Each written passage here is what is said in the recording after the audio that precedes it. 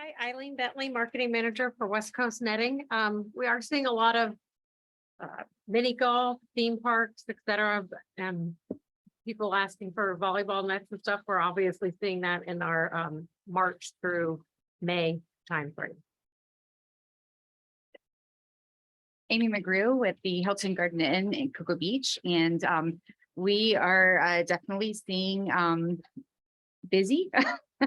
It does not seem to be slowing down. I mean, we're just forecasting to be in the upper 90s throughout the next couple of months, which typically it does start to, go down a little bit after March, after high season, but we're not slowing down at all. So yeah, just as far as group business goes, we're actually just finishing up with a lot of group business this month. Also June seems, for some reason, it hasn't been in the past, but we're getting a lot of groups to come in June. So a lot of cruise stays, and our booking window is short. So, but yeah, it's not slowing down at all. Heather Lewis with Ron John Surf Shop. Very strong spring. I think we all saw that. Very good. We're going into our traditional shoulder season, so we're seeing a slowdown in that respect. But overall, as far as the shoulder season, it's been strong. And I think part of the benefit is we've had a lot of sunny weather. We're not having as many rain days that are forcing people away from the beach. So it's been a positive for us. Brittany Theo with Future Force. There's not what you guys said. We're seeing the same thing. Numbers are high for sports. We're trending across the country higher than we have been in the last year, but specifically here at the Space Coast, our numbers are up. So we're seeing that within our kind of demographic and bringing people into the county. So everything looks positive for them. I'm Charity with the Space Coast Office of Tourism. Okay, that's it. All right. All right. We'll wait till- All right. Peter Kranis with the Space Coast Office of Tourism.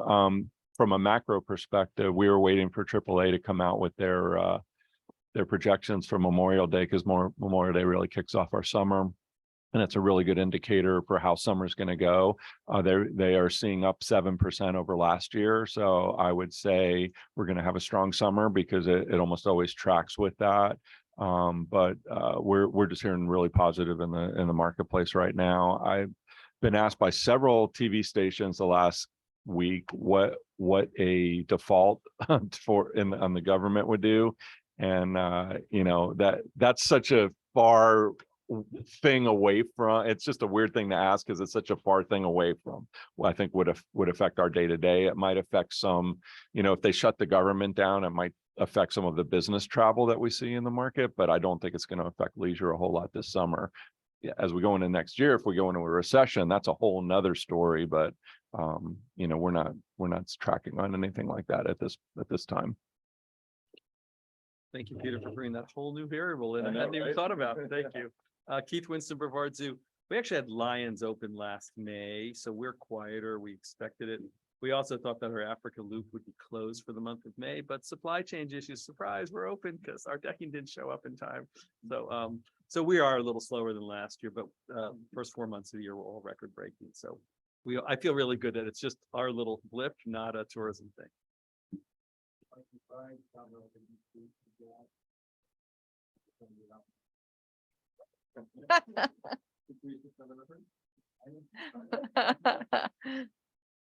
Howard Schwartz with Kennedy Space Center Visitor Complex. Similar to others, we've had a very strong first part of the year. Launches obviously don't hurt at all. That always helps.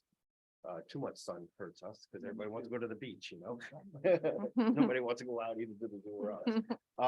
But the most interesting thing actually is the back half of the year. We're starting to hear, at least from our friends over in Orlando, that there could be a decline in the back half. So I'm not sure if anybody else is starting to hear that, but the intelligence we're getting is that there's going to be slowness in the back half of the year for tourism. So something to keep an eye on. Yeah.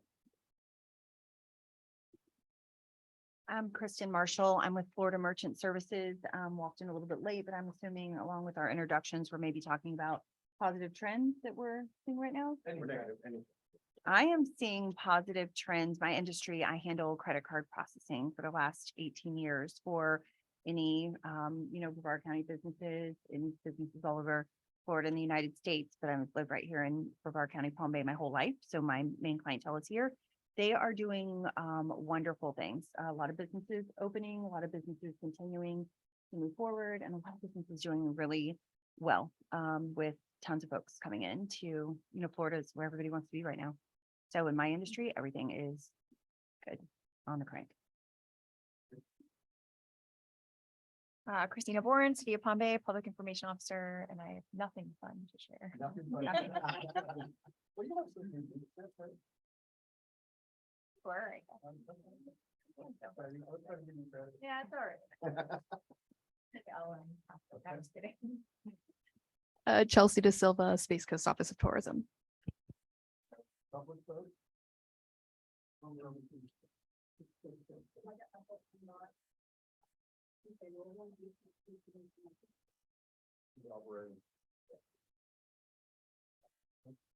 All right, we're looking for a motion for the approval of the agenda. Mr. Chairman, I wanted to add one item, if that would be okay, after, we do our 2023-24 plan discussion. I wanted to talk about the date of the next marketing committee meeting, because, I know you are going to be on vacation, and we'd like to make sure you could be here. Okay. So, So we'll talk about that. We'll add that item 3.1. Okay. All in favor? Aye. Any objections? Okay. Any conflicts of interest that need to be declared for today? Okay. And then I'm looking for approval of the marketing committee meetings from our April meeting. Thank you. Second, we'll first say any discussion. Okay, all in favor? Any objections? Okay, great.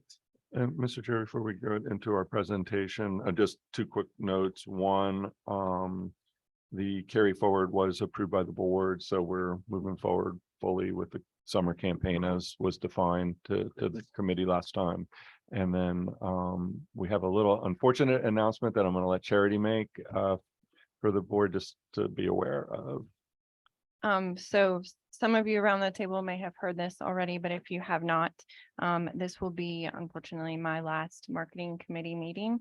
My husband has accepted a job offer, and we will be relocating next month to Alabama. So I just wanted to take an opportunity to express my gratitude for those of you who have been with me from the very beginning. I can't say enough how much I've enjoyed working with you, and it has been nothing but a privilege to promote this community to the country and to the world. And I'm already planning my trips back as a visitor. So I'll be here until the end of June, so you'll see me around, but we don't have a June meeting. So I just wanted to give that update before we got started. And we'll be working pretty closely together, obviously, on building out the marketing plan, and then you guys will be stuck with me in July to present it. So hopefully that'll. And I just all go wanted well. to say that their gain is definitely our loss. You have brought rigor and structure and real creativity to the marketing here. And I can tell you're gone because you've been talking trash about sports to me today. So the gloves are off. But thank you. You've really done a fantastic job for us, and we will really miss you. Alan.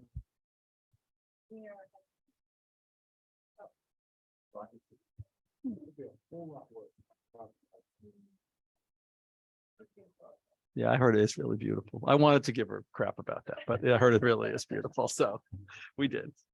So great. Thank you. And we will look forward to the time we have left with you. So thank you. Okay, we have a special presentation from Adara. Do you want to tee it up, Peter? Actually, why don't we let Charity do it, and I may jump in on some of the things that Leroy has to talk about. So So by way of Zoom, I want to introduce you all to Leroy Bridges. Leroy used to be on the destination team over in St. Pete Clearwater. He has joined the team of Adara maybe a year and some change ago. Has it been that long already? Yeah, 20 months somehow. And work side by side with us to really ensure that that the tools and the data we're looking at help guide some of those decisions we're making. And as we're talking today and in July about the marketing plans and what we're doing going forward, we thought it would be a good time for us to have a conversation about the different types of tools that we're using to really look at what's working, what's not. What kind of insights are we garnering from it? But also thinking ahead, what are the challenges that we might be looking at going forward for attribution and tracking? And so Leroy's got like a 10-15 minute presentation to give us about the tool that we use, answer and talk through some of those questions about future thinking. And then it's an opportunity for you guys to ask any questions as well. This is a tool we talk quite a bit about, and we wanted to be sure that everybody around the table really had an understanding of what it does, what we use it for, and if you have any questions about how we can apply it for next year. So that's my tee up. Yeah, and so I'll just add on to that. Leroy and I have worked pretty closely together this last year as we've been getting a lot more data from our analytics. And, I've actually been on the speaker circuit somewhat. Last year, we spoke to the Governor's Conference on Tourism, which Visit Florida puts on. We spoke to a digital summit that was held at IPW. Leroy recently will soon be going up to New Orleans to speak at a conference there about our case study of what we've done. And then I was just asked by Spectrum, who's been involved in some of the digital analytics that Adara puts out, to go out to TV Week in LA and speak as a keynote speaker at their conference, which unfortunately I'm not going to be able to do, but it just shows there's a great interest in figuring out this world where you not only run advertising and see impressions and see click-throughs, but you're actually able to see consumer behavior and what they're booking and what they're doing as a result of that. So I think that's part of this conversation. So with that, Leroy, are you gonna share your screen? And Yes. then I'll let you go from there. Yeah, I appreciate that. Thank you, Charity and Peter. Appreciate the invitation. Thank you for everybody's time. I can't speak highly enough about working with Charity. I know obviously a big loss for you all, and she's been amazing to work with, and likewise with Peter. Just to underscore a little bit my background and why I'm at Adara is really the passion that I had about closing the gap between a DMO's marketing efforts and the destination. As all of you know, the DMO doesn't control the point of sale, right? The hoteliers, the airlines, the attractions do. And so trying to get an understanding of making sure that the work you're doing is truly valuable to the community and the stakeholders is a passion of mine. And that's really the bread and butter of who Adara is. So looks like my screen is still loading. There it is. Adara has been around for more than a decade, originally based out in kind of Silicon Valley. I am based here in Florida still, know the Florida market really well in particular, but we are a global company with 2.1 billion customer identity profiles. And we'll talk about what that means from and how we get that data, but it becomes very powerful for the tourism industry. Really important off the top, we are a privacy first ethical data sharing company. All of our practices are GDPR, the European Union's compliance. That is our threshold. We are also CCPA compliant, which is California's law. But important to know, we do not handle any PII, personal identifiable information. All of the data that we take in from our partners is tokenized. It is not identifiable to anybody. So this is really what makes up our data lake. and how we're able to accomplish some of the things we're going to talk about and the ways that we work together with you all. We are a collection of 300 plus travel and tourism brands. Many highlighted here, some because of contractual obligations we're not able to share, but some of the big ones here on the screen: Marriott, United Airlines, Kayak, Wyndham, Trivago, Choice Hotels, even experiential companies, Live Nation, Ticketmaster, OpenTable. What we're able to do is work with them directly. These are direct data partnerships where as users are searching or booking in real time, performing behaviors either in-app or on the web, we're able to see those activities. I always like to highlight the Marriott partnership. That is an exclusive partnership with us, and the fact that we see every search and every booking for every Marriott property in the world. So it's very powerful. You can think about the massive amount of data that is and the insights that we can glean from it. These are many of the inputs that we see from these data providers. Everything from obviously origin markets, if somebody's searching for a hotel or a flight, ADR, how much they're actually paying for those rooms, party size. And then we have some other data partnerships that give us insight into wealth and home ownership and different pieces like that can help us build audiences and track performance from there. I mentioned we're global. So obviously our bulk of our data is domestic, is US and Canada, but we do have a global footprint to be able to help DMOs understand their marketing efforts beyond just the US. We are on the verge of announcing a very large partnership with Brand USA to help power all of their marketing. It's coming. It's very soon. And Brand USA is essentially the DMO for the United States. This is how it all works. So imagine yourself, you go and you search for, and I apologize, that is the wrong county. Brevard, my apologies, that slipped by me.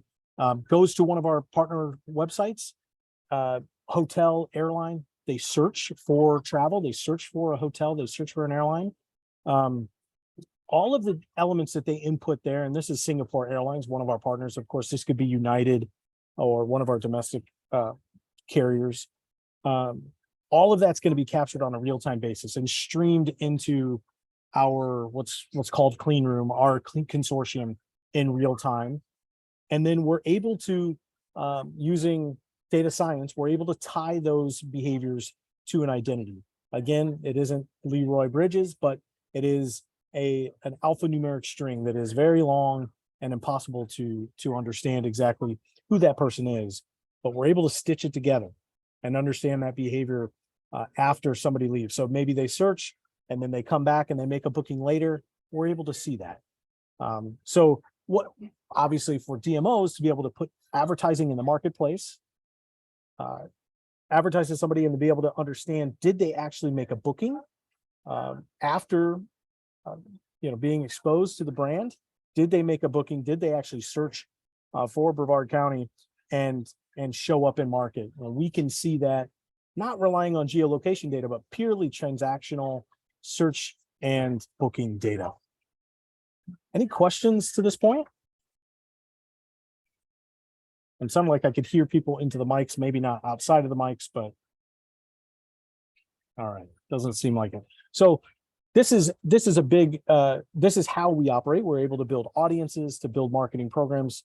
Again, working closely with Anbar and the Space Coast team, but also the measurement side of things, right? So after exposure, being able to say, okay, in the month of March, all of your advertising efforts led to X number of dollars in hotel revenue, actual bookings showing up in market.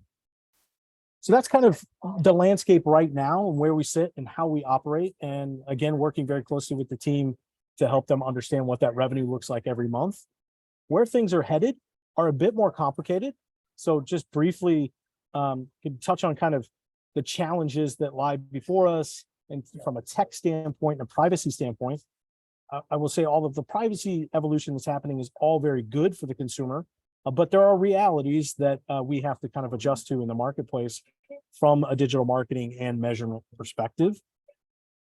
And really, this is all about privatizing your first party audience data. Try not to get too technical here after lunch, but really, this gives a DMO the opportunity to collect data to be able to measure for their own purposes at the consent of the consumer, and then be able to remarket to. Right now, there's the measurement kind of happening, but you're not able to collect that data. And so these are some reasons why going in this direction are super important. I mentioned the privacy changes.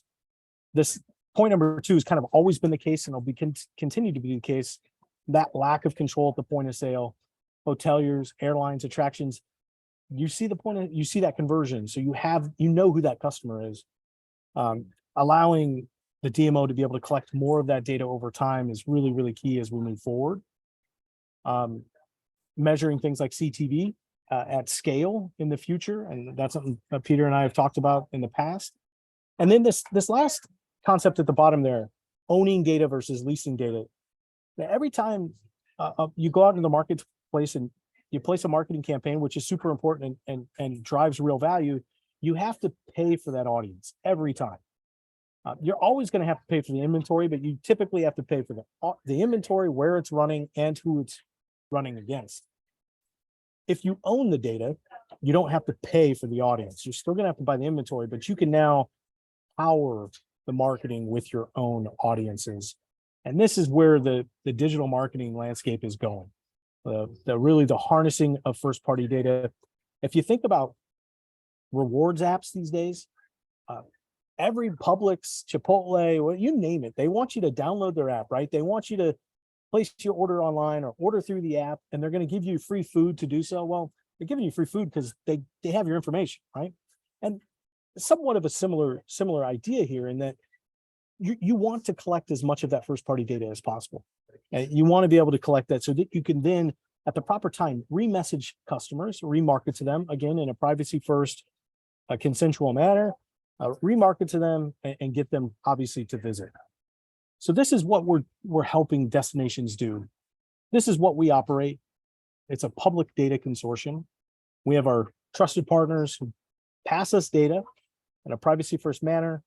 We house that data, we clean the data, and then we obviously resell it. We do different things with it, pass it back to them at an aggregate level. What we're proposing and what we're doing with dozens of destinations around the country now, and again, fairly new, is creating a private consortium. So not a public space that any of this data would be shared, but essentially working with local stakeholders, attractions, hoteliers, the data that the DMO is actually capturing through marketing campaigns, bringing it together into one place, and then being able to power marketing, measure, and also deliver back to partners through co-op programs and specific reporting. So this is kind of the future of where things are moving, the future of the industry. We've got a couple Florida competitors, if you will, who have invested in this infrastructure. You might see those logos on the screen, but it is where things are moving. Again, I cannot credit Peter and Charity enough for the emphasis on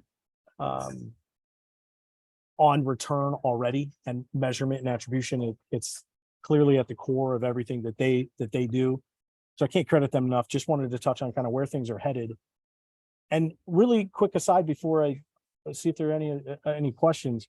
You were, I think Kennedy Space Visitor Center commented on Orlando, and I do work with destinations from throughout Florida and quite a bit. And I actually had a call with them this morning, and they're very, very, very actively trying to figure out a way to change the back half of this year and how it's projected to look from a visitation standpoint. Food for thought. Obviously, each destination is different. They're very strongly considering the West Coast of the US and California in particularly. I will share, I was at Destination Capitol Hill in DC last month with Dana Young, the president and CEO of Visit Florida. And she took a call from her research person very urgently and was really excited coming off that call to share that California is now a top 5 origin market for the state of Florida.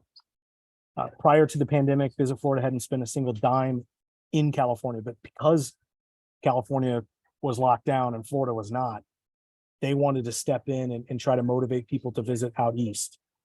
Obviously, each destination is made up differently, but I thought kind of on the heels of the comment about Orlando, knowing kind of what Visit Florida is doing a little bit out west, that there is some of that trying to find new Florida visitors, if you will, after Florida's and your area as well has had a great couple of years.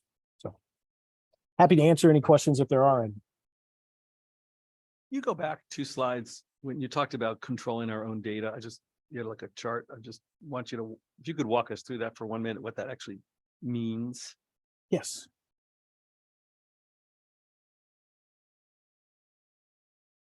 This one. Yeah, just Yeah. walk us through what that actually means. Yeah, so I went back into slideshow mode, so it'll be a little bigger. There it is.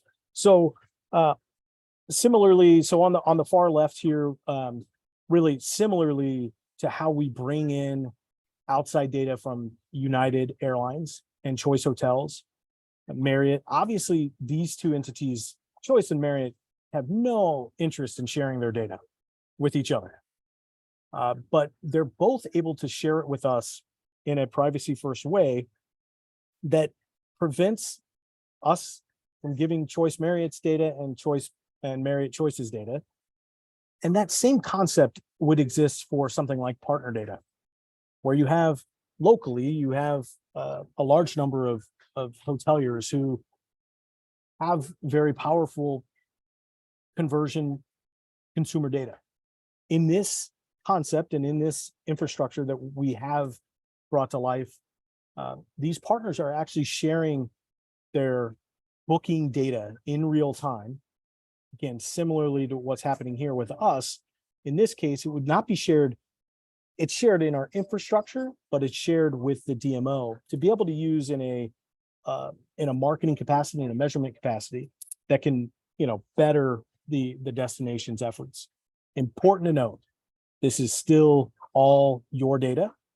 It's cordoned off from all of the other data that we work with, and the partners, the data can be used how the partner says to use it. Again, very similarly to how our agreements work.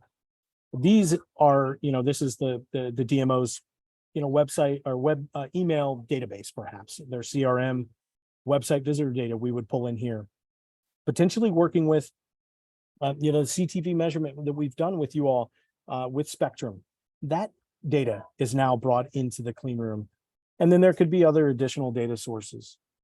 One other quick example, the state of Arkansas, and I understand it's at the state level, but hang with me. Driving visitation to their state parks is very important. So what they've done is they've invested in this infrastructure, and we're actually onboarding all state park reservations, cabins, campgrounds into this infrastructure. And they're now able to see how, when they're market, how is that driving bookings into state parks, and how many bookings and from what channels. Starts to deepen the understanding of the DMO's efforts at the state level into how it's driving, real bookings and visitation throughout the state. Thank you. That was helpful. Other questions, thoughts?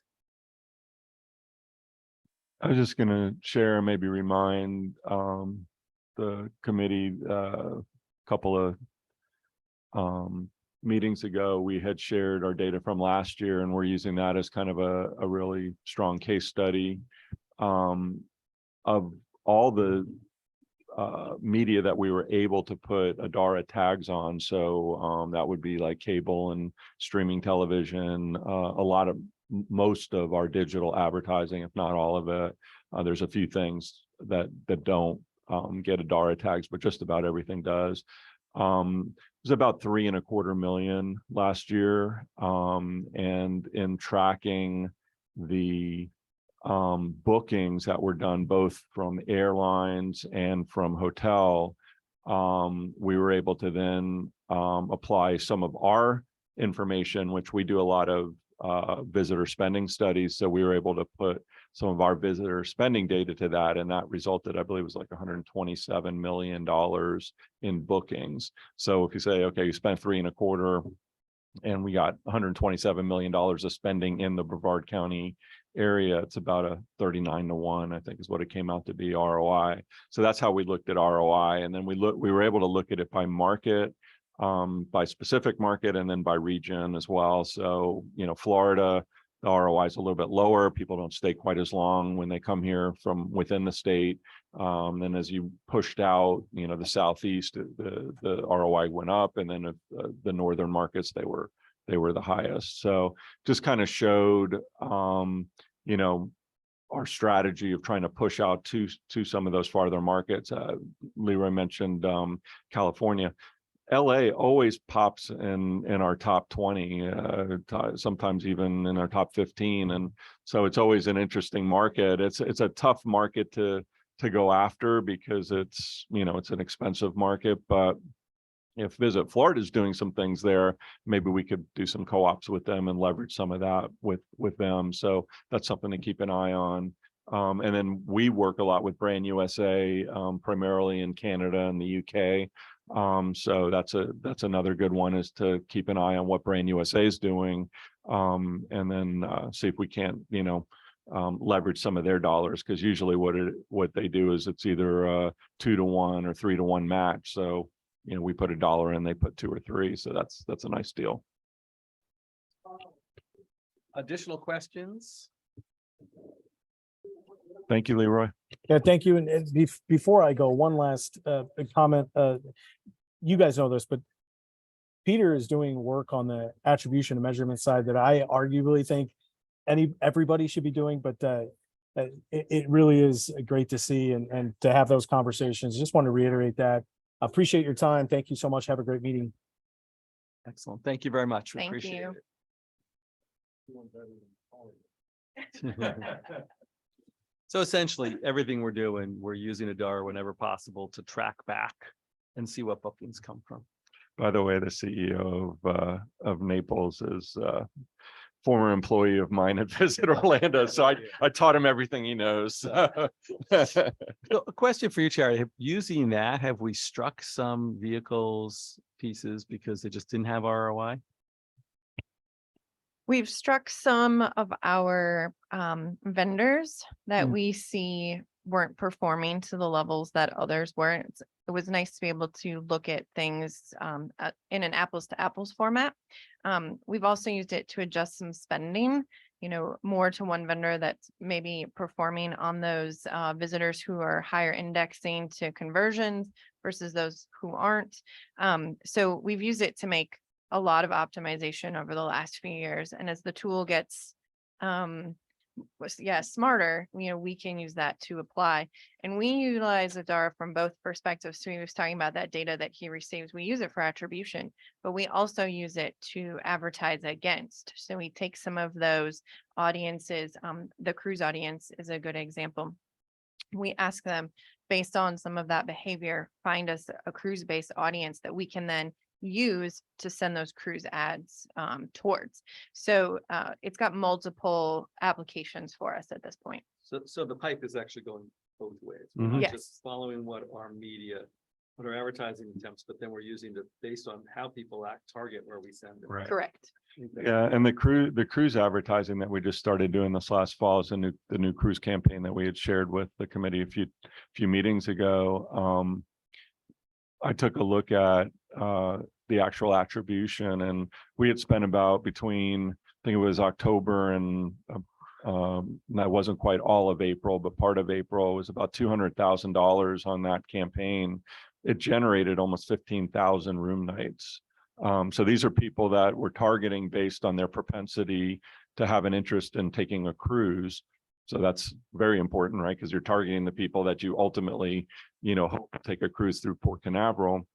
So these are people that are doing searches. They're looking at, actual cruise information, and then marketing to them to say, hey, before or after the cruise, think about staying here for a night or two or more.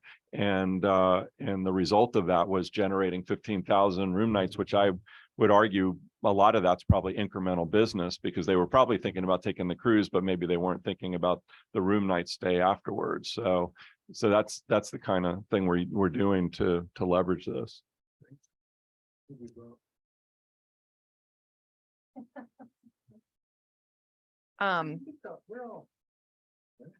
We stopped using Conversant. So Conversant is a platform, programmatic digital. So, the opportunity to do, they're pretty well known in travel. One of the elements that they really hang their head on is that they provide a lot of credit card spending data, post exposure. We didn't find quite as much value in that, a lot higher CPM and just a much lower conversion rate compared to the others that were running in our suite. That's not to say they're good, bad, or otherwise, just in our lineup wasn't the strong performer. And then it allowed us to also uplift, like we uplifted Adara itself, because Adara is an advertising platform itself. I think we had some Sojourn, which is another one that's really targeting travelers. Travel Spike was interesting. It caused us to have some really serious conversations with Travel Spike, because they're basically a network of travel websites. And what we were telling them was we weren't seeing the ROI from their numbers. And they were saying, well, maybe we need to target lower funnel, further down the funnel where people are getting closer to actually making a purchase. And so they fine-tuned some things on their end, and it actually brought their numbers up, which allowed us to keep them in the program.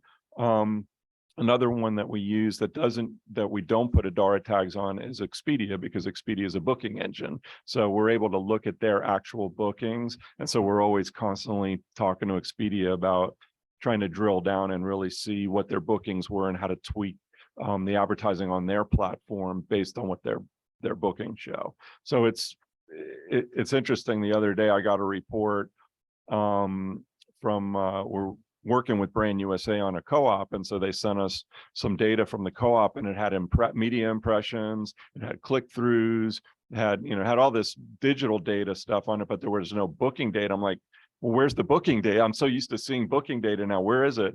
And they're like, well, they haven't gotten there yet. And so Leroy just was sharing with us that they're now Brand USA is actually going to this Adara platform because it's got this booking data on it. So they'll have it going forward. Any other questions for the data geeks? Could see Peter got very excited there. Right in his wheelhouse. Okay. Next on the agenda, fiscal year 2023-2024 marketing plan considerations discussion.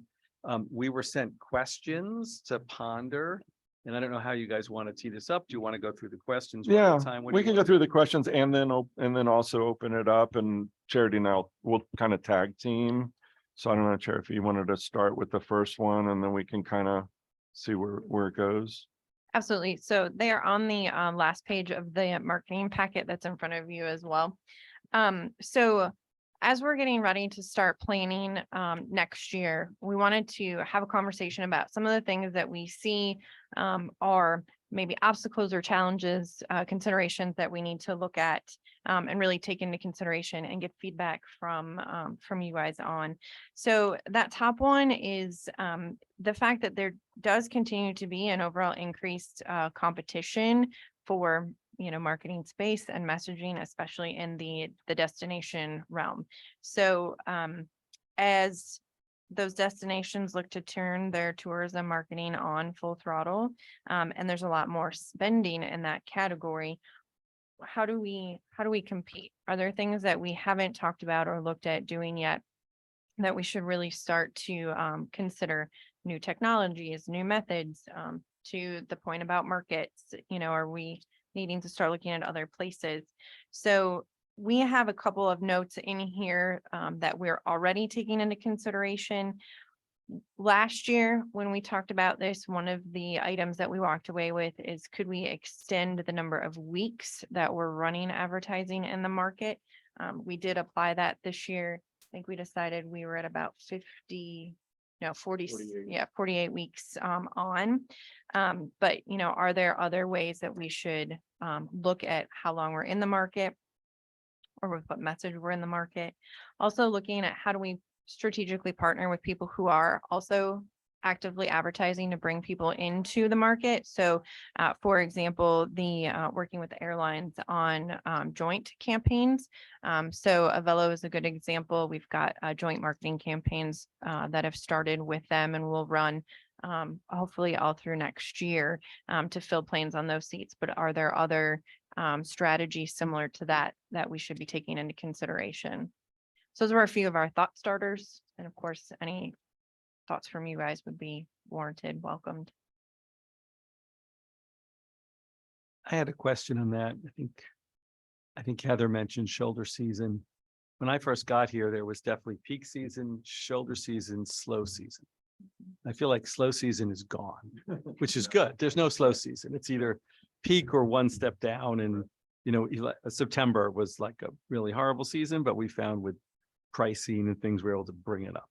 Is that how you guys see the world too? It's just peak and shoulder. There really isn't any off season, or is there an off season? I mean, you could still argue September, October is probably your worst months, but they're so much better than they were. And we look at it, when we look at TDT, it used to be September would be under $1 million in collections. October would be just a little bit over. Now they're up. Both of those months are up to about 1.5 million in collection last year. So yeah, it's softer than, obviously March was a record month. We broke not only a record, we broke $3 million in collections for the first time in history. So you could see, a March that's twice as much as a September. Obviously that's a peak, but is a 1.5 million collection, soft. It's yeah. It's certainly better than it was. I mean, it's 50% better than it had been in, prior years. So it's doing a lot better, but it's still a shoulder season. I guess the reason I'm asking is to answer your question. Should we ever be out of the market? Because there is no slow season. Yeah. I mean, we only took a couple of breaks really. And remember, we have a couple of different kind of campaigns. We have a campaign that kind of runs all year long with Facebook and search, and of course our billboards and our out of home and things like that. So that's always on. And then our seasonal campaigns kind of run October 1st to probably Christmas. And then we started way earlier for spring this year. I want to say that January 15th, 14th. It was like the second week or the week before. So we started like the second week of January and ran that all the way through the end of April. And then summer we're not going to stop. We started May 1st and we're going to run that all the way through at the end of September. So I would say, is there any break at all at September? No, I think we said we were going to run to September 30th. I'm looking at Rebecca's nodding. Yeah. So there was, like I said, there's like 3 or 4 weeks where we're not running now. So.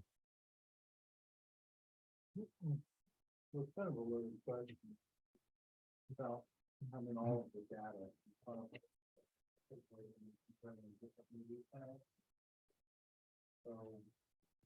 the insights that I think that's one station.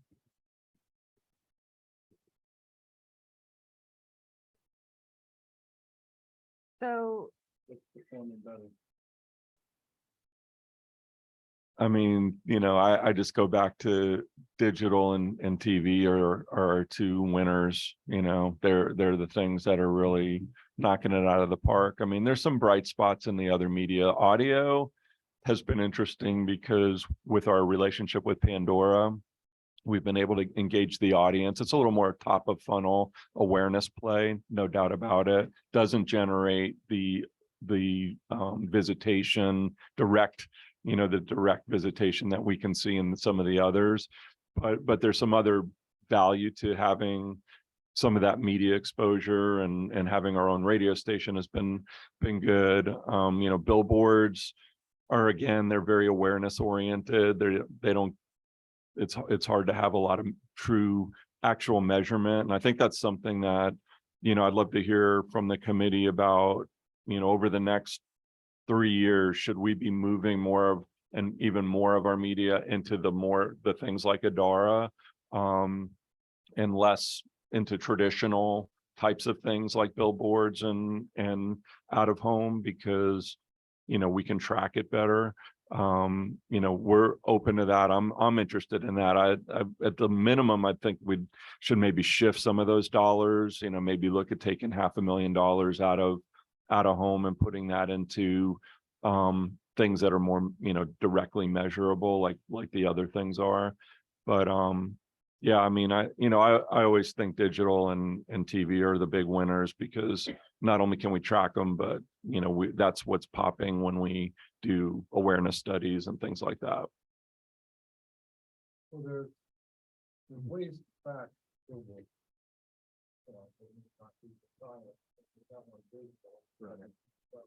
know impact, work. You know, age-old question, which half of my advertising is? Yeah, and it, you know, and they do, I mean, I go back and forth, because billboards allow you now, with digital boards and with all the cool things you can do graphically, like coming off the board with 3D. And now there's a lot of LED lighting that you can use. So we had that one billboard down in Miami that was a cruise ship that was lit up. I mean, that had to get a lot of attention, especially where it was located. So, you know, we've got a rocket on a board in Orlando that is very graphically impressive, you know, driving down I-4. So yeah, I mean, I think it has its place, just like everything. You know, I don't want to throw anything completely away, but I feel like there's maybe some shifts we could make. Yeah, problem with billboards is the simple message. We've got a very complex story. That's always been the problem. Heather, I know you've been looking to push your buzzer.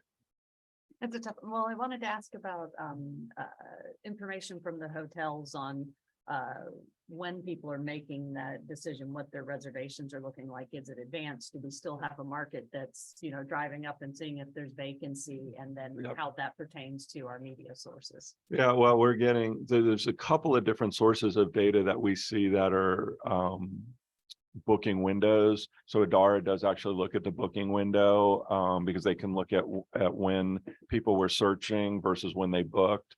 And then Expedia is really good at it. They know exactly how long, you know, somebody searched, and then how far out did they actually book. The booking window has extended a little bit. It was super short last year. I mean, it was like 20 days, you know, and now it's extended out. It's probably running about 30 days right now. I think, again, you know, if economic conditions don't dramatically change, I think that'll continue. That'll be the trend, that it'll continue to extend out maybe to 30 to 40 days. When economic times hit, then all of a sudden everything shrinks again, because people are like, I got to wait, and then I'm going to look for the best deal and then take it. If I see a good deal, then I'm going to jump on it. So that environment would be that could be a change. So that's something for us to watch, is just to see if there is a dramatic shift one way or the other, then that kind of tells us some things. Well, I think also then looking at our, you know, drive market versus air markets, Right. is, you know, also needs to be part of that mix to figure out whether like billboards versus more digital. Right. You know, like I said, they're all important, but I think there's, you know, tweaking that can always be done as things change. One of the things that's interesting, you know, Avelo is a new airline that just is flying into three new markets, Raleigh, Durham, Wilmington, Delaware, which is just outside of Philly, and New Haven, which is kind of New Haven, Hartford. It picks up kind of that central Connecticut market. And they're very into billboards. You know, they just love billboards. So they said, hey, if you're going to help support us, can you do some things with billboards? So we said, sure. So we haven't done a lot of buying of boards in markets. You know, we buy them along the highways, but we haven't really used it as a strategy to drive out of a particular source market. So maybe that's something we do a little bit more of. We look at those opportunities and see if there's some of that out of home that might make sense. So I'm curious, you talk about people coming back into the marketplace. Haven't we been seeing that trend for the past year and a half and our numbers keep getting better? In other words, do you think there's some switch? I feel like there's all this uncertainty in the market and has been, but I feel like we've been on a long, slow crawl and we've competed. So, Yeah, I mean, Florida overall has really, sort of benefited, I hate to say, from some of the market conditions that are going on around the country. It started with us being the first to open back up and all of that, but then, Visit Florida and all of the destinations like ourselves have just been turning the juice on and doing a lot of heavy marketing the last couple of years. So I think that's where question one came out of, is like, hey, all of us, we've had some advantages in terms of media weight. And I think that those advantages are going to erode as we go into the next year or two. So that's kind of where that question came from. I guess my question is, hasn't the threat been, when we look at Brevard County in particular, when we look at Florida, hasn't the threat been, as the market got wide open and people wanted to spend, they would go to more expensive destinations. They would go to Europe, they would go to Hawaii, and it hasn't hit us. Yeah. And everyone's looking at uncertainty. So it feels like this is very naive. It's not database. Like, it feels like, hey, if things get tighter, great. We're not an expensive destination. Like we've been living, even though I thought the threat would have been over the last year or two. And if they come back to an inexpensive but quality beach destination because of space, right? Aren't we positioned, or is that too naive a way to think about it? No, I mean, I've always felt like we're well positioned as a drive market. I mean, there's 50 million people within 10-hour drive of us. So, where we're located is huge, and we get Miami's one of our top source markets. So that kind of bears that out. And then to your point, when times get tougher from an economic perspective, people look for deals. They look for the price point advantages, and we're priced on from an ADR perspective. We're on the low side of Sarasota, St. Pete, Fort Lauderdale, Palm Beach. I mean, all of our competitive beaches, we're on the lower side of that. So, and we've kept raising prices at the zoo, and people don't say boo. I mean, we're still an inexpensive option, but we're still an inexpensive option versus a theme park, right? But we've seen no price sensitivity whatsoever. So yeah, I mean, I think, again, I think that's the marketplace that we're in. I think people are used to, the inflation and everything else. They go to the grocery store, they're seeing the prices 15-20% higher. So I think, you look at our ADR has grown from 120, it's probably running in the 150, 160 range right now. So, that may pull back a little bit if we go into some kind of tighter economic market, but we'll still, that's all relative to our competitive set, right? Because they're going to do the same thing we do. If everybody starts getting a little more concerned about the purse strings and the ADR comes down, everybody's ADR is going to come down. So we're relatively going to be a good deal. What have you guys seen from TUI? Have you seen some of the differences yet, or is it still kind of more to come? Yeah, so year one, we did a visitor spending analysis with them. About 18% of their passengers stayed here overnight. That doesn't mean they didn't spend daytime here or come for the beach, but about 18% did overnight. They had 120,000 passengers. So I wouldn't say it was a substantial impact last year, but this year we've really concentrated with their marketing team. They actually brought a crew here and have done a lot of filming and a lot of asset development so that they can run on their channels the idea of staying here. So last year they weren't promoting that quite as much. And so now, between the marketing dollars that we're spending with them and their own marketing, we're really pushing the idea of using, either pre or post. We know they want to do the theme parks and do Orlando, but pre or post that, staying here a couple of days, and they're actually structuring their booking engine that way so that they can actually book hotel inventory independently, so they could buy a package, but then they can do add-ons and things like that. So I think they're doing a lot more. We're hoping that they generate somewhere in the 140 to 150,000 passengers this year. Now the economy they are feeling a little bit of pain over there. The economy over there is not as good, and so their bookings so far going into May have not been as strong as last year. But we'll just have to see what happens with that. But the goal is to convert more of those people to stay here. So if we can get from 18% to 30, 40, 50%, that'll really have, I think, a substantial impact. So that's our goal.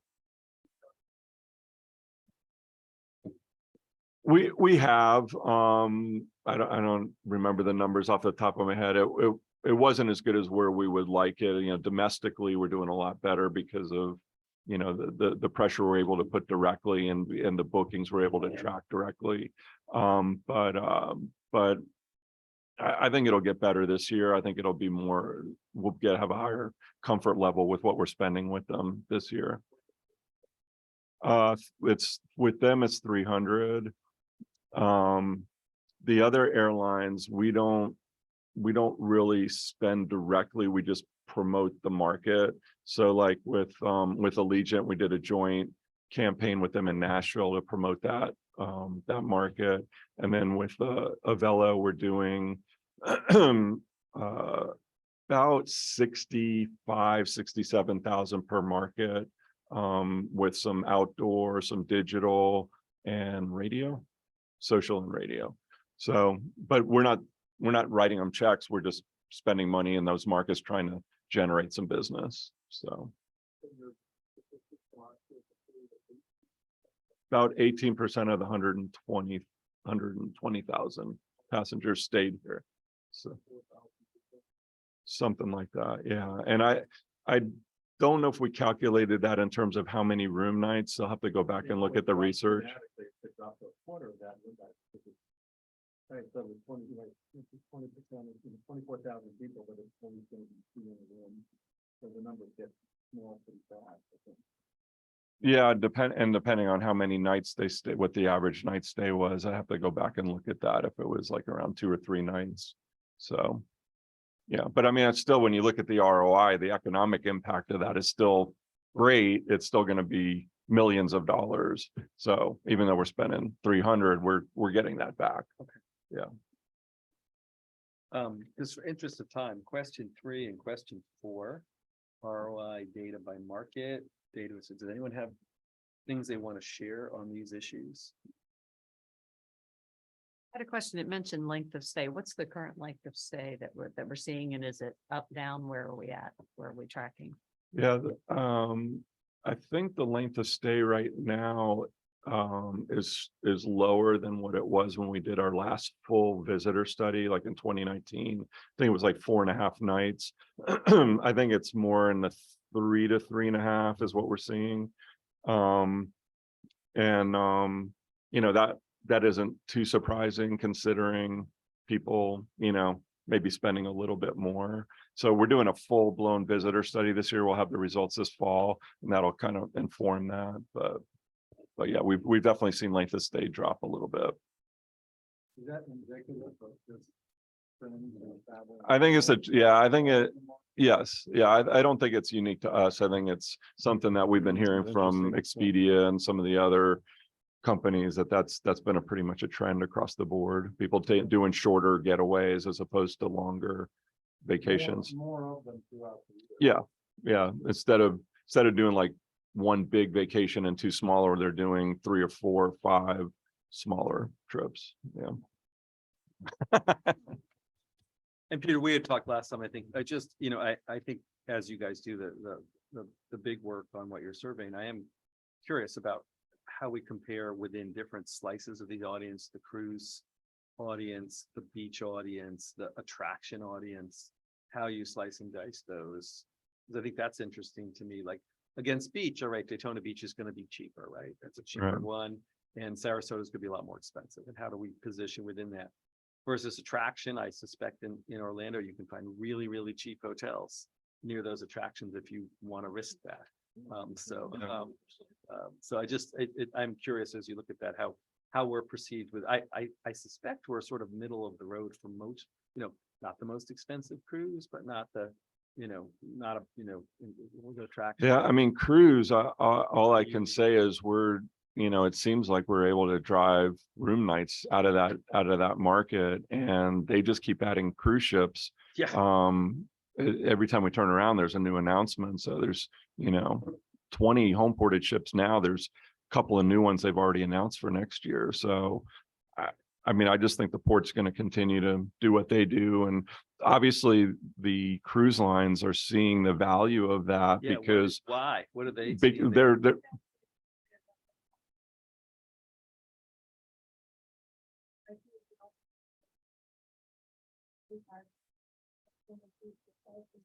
yeah, that's probably helped it to a degree. Yeah, I think the flight situation has helped it to a degree, but I also think that the port here is always drawn from the local region, so Southeast region.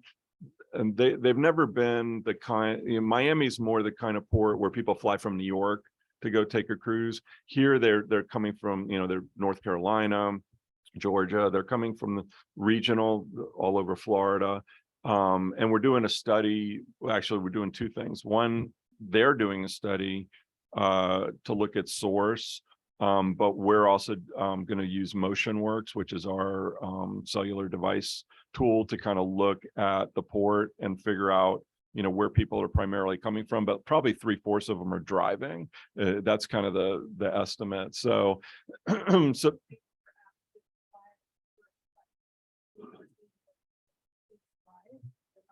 right, right. And if you're taking a cruise, you don't want to, if your flight's late, yeah.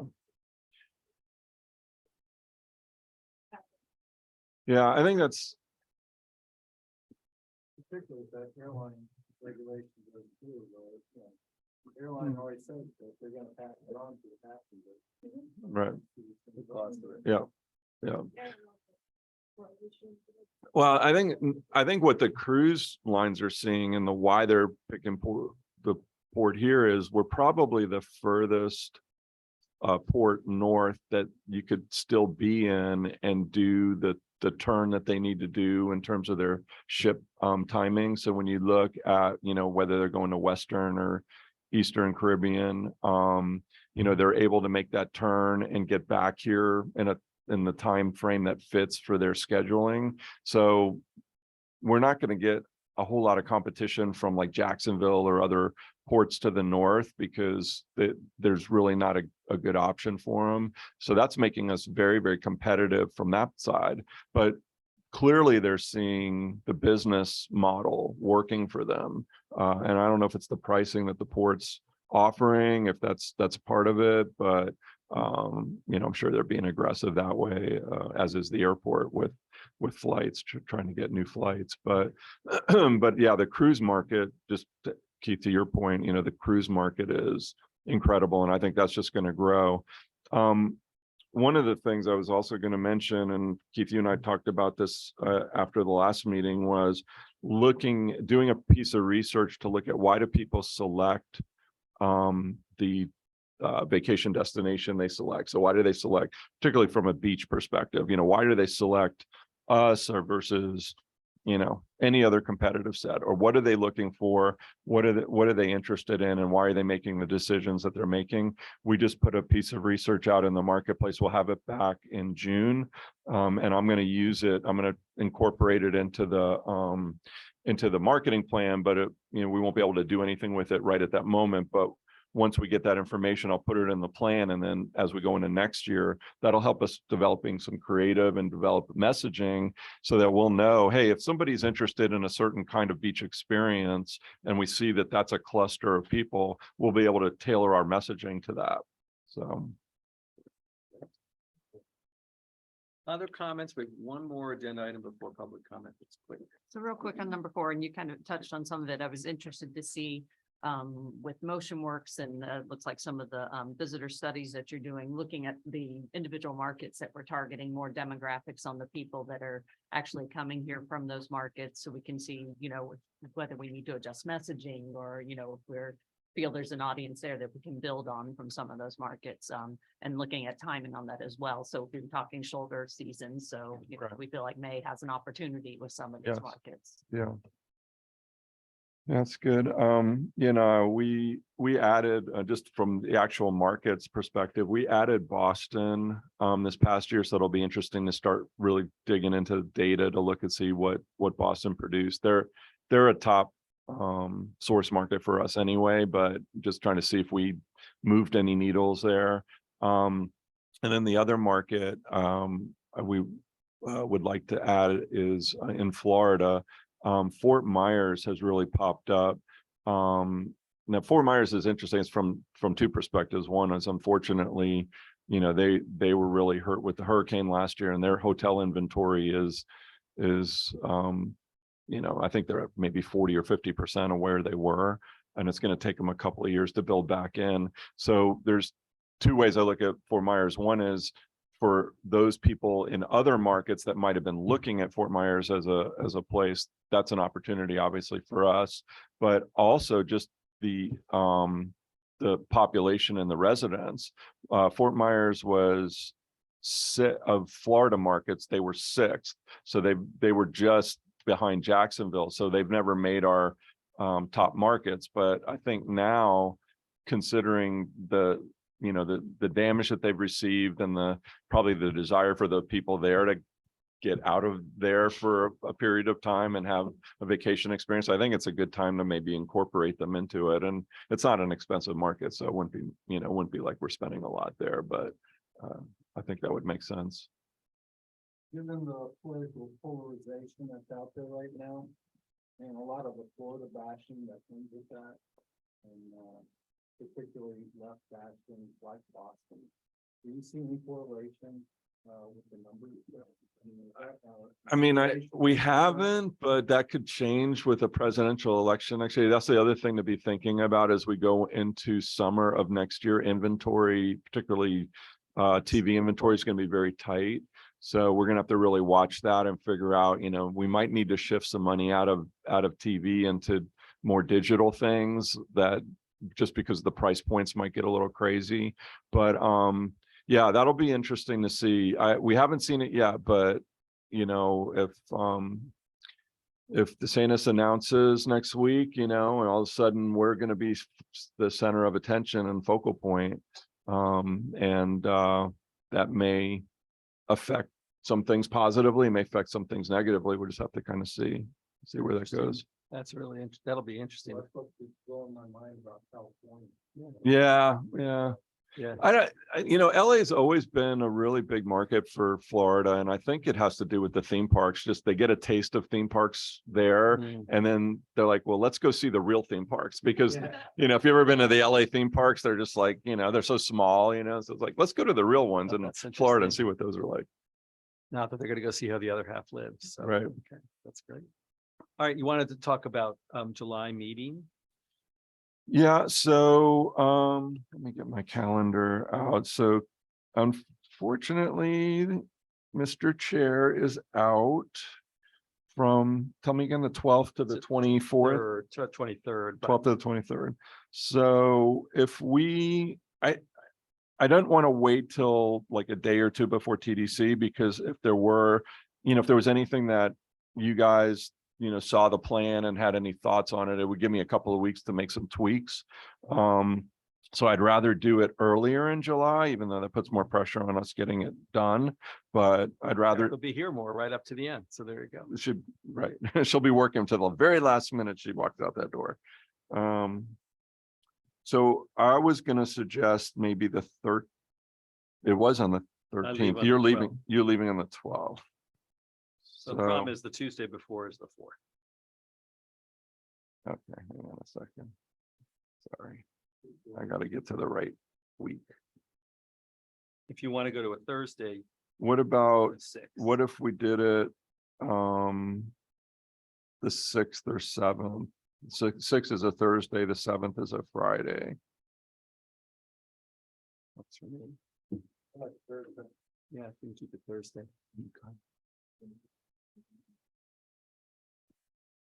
Yeah, we canceled. We had a sports committee meeting on the 6th, but that got canceled, so, Maybe the 6th. yeah. All right, we'll target the 6th and Okay. see if that Thank works you. for everybody. I'm Thank you. sorry. I had the 25th. And last but not least, any public comment? Do we have any cards? What's that? No? Any final thoughts? Mr. Hermanson, anything from your side since you're? What are you seeing? Are you seeing the positives everyone else is seeing in terms of bookings? July is strong. It's flatlined in that. Really way up to April. Obviously, January, February, March, it's not really seen. Started to soften a little bit of April, and then now I'm not really. Actually, down over that. So the business is on the, which, was unexpected. Optimistic, it's really a lot. The zoo was also, if it's any help to you. So we'll see, I mean, we couldn't say about the other increases.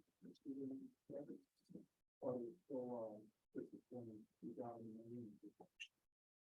What about this weekend with Thunder and then there's a launch Sunday? Did that help at all? Don't take a look. Yeah, yeah. Yeah. Weekend, we'll see. Okay. July facing well. But after that, having showed up, that's, really concerned. Yep. Hmm. That'd help us. Yeah. On that, and just seaweed again, that's our little internal. If we do get a bad patch of seaweed, the county does have a plan now to remove it at least at major points like major parks and stuff. So, hopefully even if that were to happen, we'd be able to get on that quickly enough, but it's gonna take it will take some time to remove it because you have to do it delicately because as you're right in the middle of turtle season and putting heavy equipment on the beach is frowned upon when you've got turtles there. So hopefully hopefully if it happens, we can get out and get after it as quickly as we can. So it isn't an issue. But it's. Do they? Okay, that's good to know. I think I'll push. Make sure Mike's looking at that, Mike McGarry. It's pretty chunky right now, but. Yeah, but it's normal. Sunday it was. Pretty public. If you look at some of these pictures from DEI and stuff. And the vegetation coming 3-4 feet back. Yeah, it's just normal this year so far. Yeah. Yeah. That's Yeah. it. I think there's some of the media. I heard someone say, look at all the seagrass, like it's normal. This is actually healthy. It's the stuff you're talking about that you see on the news. Yeah, It's not healthy. yeah, 2 feet deep is It's not bad. healthy. Okay, any final It thoughts? would be great to see on a regular basis some updates from where the business is coming from and where they're not taking it. It's usually probably on the edges. Right. If I don't know about the target, for the society.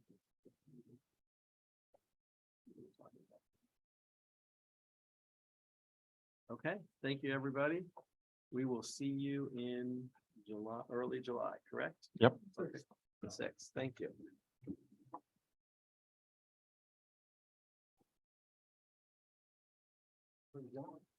Botswana.